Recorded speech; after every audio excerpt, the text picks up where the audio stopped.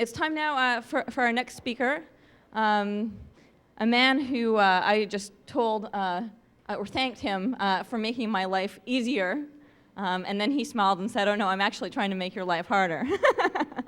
It's Doug Engelbart. He is the inventor of the mouse, which I very much appreciate because I hated having to use key commands to do my computing projects. He is also the founder of the Bootstrap Institute, which brings government and industry folks together to collaborate on various issues. Today he's going to talk about collective IQs, which is very interesting to me. One of the things that I'm always looking at Pacific Research Institute is, how do we solve our collective social and economic problems? I guess I come to it from a public policy perspective, but I'm really looking forward to seeing what Doug has to say from the tech perspective. So please help me welcome Doug Engelbart.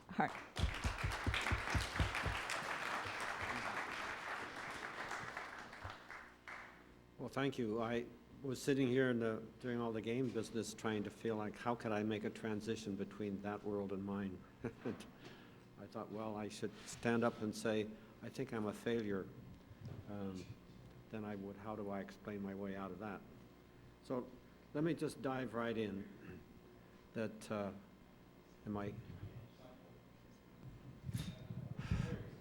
oh, should I start over?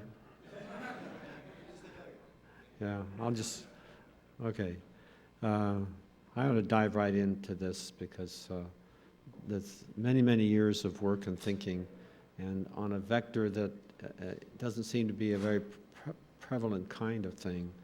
And the mix of things that was at the table here at the prior session was very exciting, and thinking about it, and I was thinking, well, maybe I chose the wrong path. I should have gone into gaming, because my kids almost worked up a prize for me one time when they were 10 years old or something, that they were going to give me a prize of being the best magic storyteller in the neighborhood.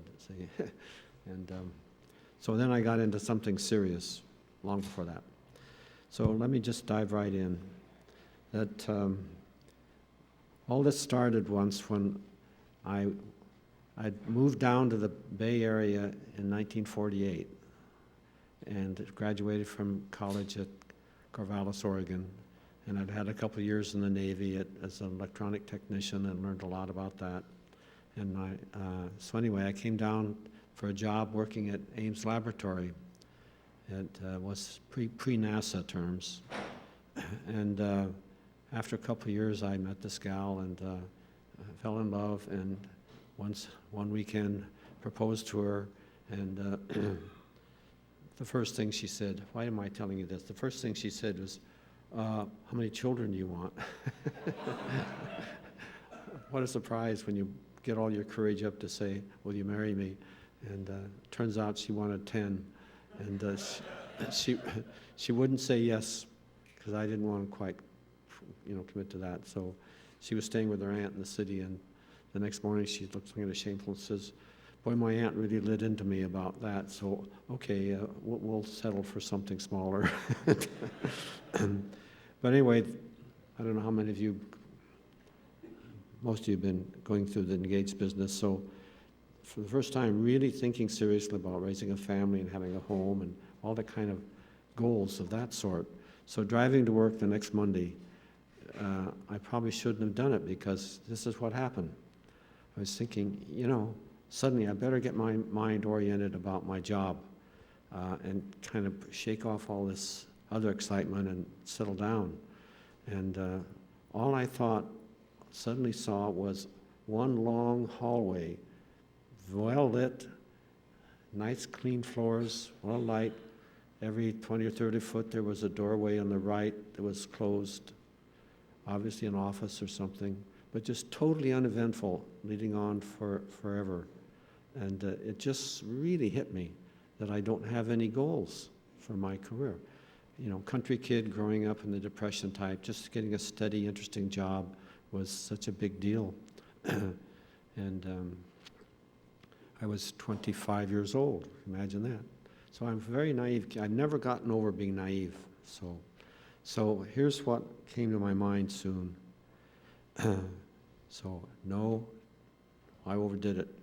Here's what came to mind, and it stuck. Anyway, let me design a professional goal which will maximize the contribution my career can make to mankind. And I have no idea where it came from, and it really seemed, oh, that's good, but a sign of how naive I was. Okay, well, let's pick on that one. So I started really digging into that, spending a lot of my spare time in libraries and such, trying to find out, well, what are the big things one could do, and struggling with that. And after actually it was 3 months or something, I'd been through all sorts of things like this, and I just, one Saturday says, my golly, this is just too much. The world's so complex. How do you figure out how to work it? Every time you see a tough problem, the world needs problem, just understanding it's so complex, just on and on. So finally, what it emerged to me was, look, everything has to be, these big problems have to be dealt with collectively. And mankind's not getting collectively smarter at anything like the rate of complexity accelerating. That's a term, I was not quite using it like that, but the issues and challenges and problems are increasing steadily, exponentially. And our ability to get collectively understanding of them is not obviously increasing at that rate. And so I'm quite convinced after these years of thinking about it that if we don't get collectively smarter to understand these things that are happening in the society and all that the impelling acceleration of its changes due to the technology, et cetera, is just, I get this image of, of mankind in some great big clumsy vehicle with compartments where each kind of category of a nation or something like that is living. And the whole thing is moving through an environment. And this environment's getting rougher and rougher. And you look at that vehicle with all of its big wheels and stuff lumbering along through this rougher and rougher environment, and it's being impelled faster and faster. And then you look for how is it being steered. Oh, it's a very, very subtle way in which lots of things are affecting the way it's being steered.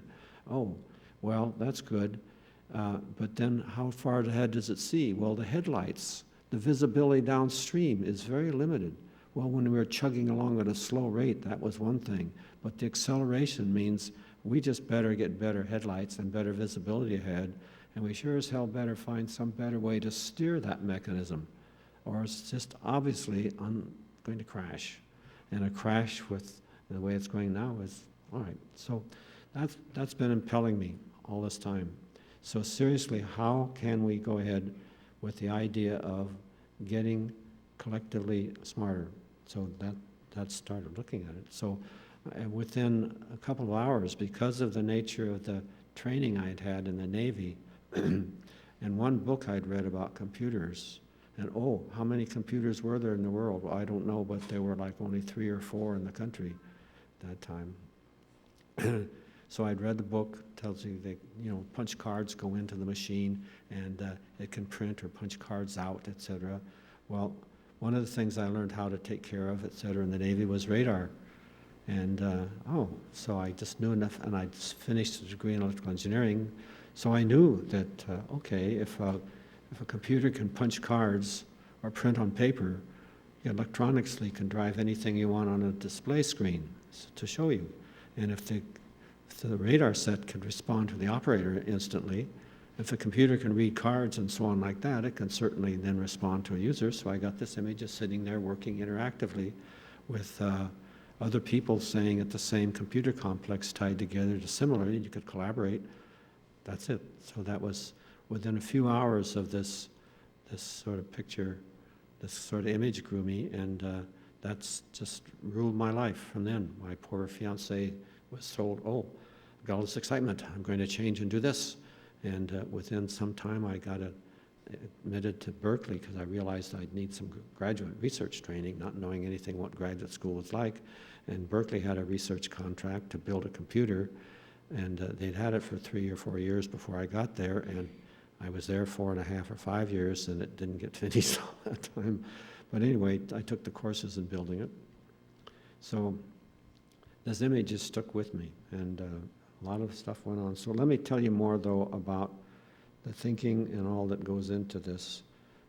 And it's very, very relevant today, and I believe more than ever that if we don't get collectively smarter, we're likely as a race just to get demolished or just really set back to primitive times. So anyway, that's been over 50 years, exactly 53 and a half as a matter of fact. I don't show my age, I could still climb the stairs, but barely. Anyway, that's the community's collective IQ issue like this. So the thing is, how do they get the best understanding, the most thorough understanding of the situation? So how could they unearth the best candidate solutions and get to realize it? How could they assess the resources and the operational capabilities to select appropriate solution commitments? How do we understand best how to organize and execute these approaches that we select? And then, how do we monitor progress and adapt effectively to unforeseen complications that are unbound to ask like that? So all of these things are really important.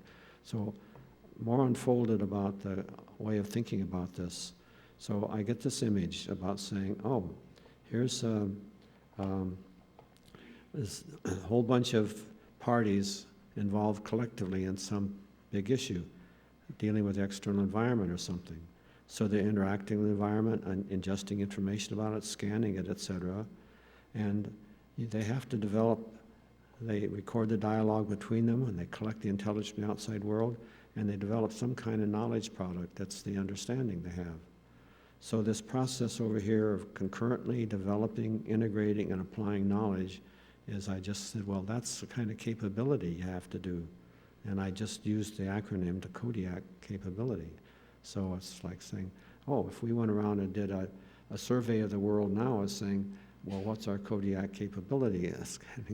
It probably would not have improved an awful lot in basic sense, even though the tools are there. But there's more to think about this. So I said, okay, the collective IQ down there in that collective body of organisms, and call this thing a dynamic knowledge repository as a way that collecting and integrating the information, and say, okay, this is a term, then DKR, dynamic knowledge repository, that just becomes central. And the challenge of saying, hey, how do we collectively start getting better and better at building that so it's more and more effective and gives better understanding, etc. But also that is dynamic, that new data, new observations, somebody comes up and contests some essential part of it, how do you diagrammatically sort of work into the logic of that, of which there's a whole bunch of neat, graphical argumentation, sort of structuring stuff that's emergent, that's very important. So okay, then capabilities becomes a key central consideration. So you've got this collective capability. So, if I took 2 or 3 hours out and explained the historical path from getting this commitment on through going to school and starting to teach and think I'll stay there, but then pretty soon was explained to me how promotion is done in universities by peer review, etc.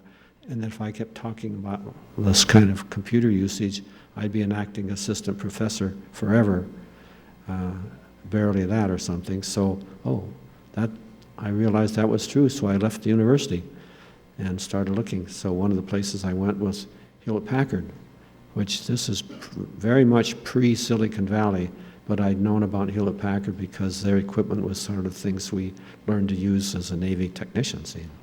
So I went there and, because my PhD research had done interesting things with 10, 12 patents, they, offered me a job.